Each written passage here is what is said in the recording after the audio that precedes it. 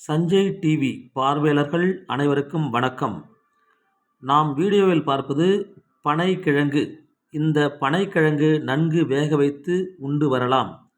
அவ்வாறு உண்டு வரும்போது நம் உடலுக்கு தேவையான நோய் எதிர்ப்பு ஆற்றலை கொடுக்கிறது. வைட்டமின் ஏ சத்து அதிக அளவில் உள்ளது. இரும்பு சத்து நிறைய உள்ளது.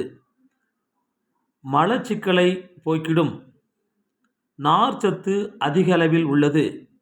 குறிப்பாக சர்க்கரை நோயாளிகள் விரும்பி உண்ணலாம். அதாவது நீரிழிவு நோயாளிகளுக்கு ஒரு சிறந்த உணவாக இது பயன்படுகிறது.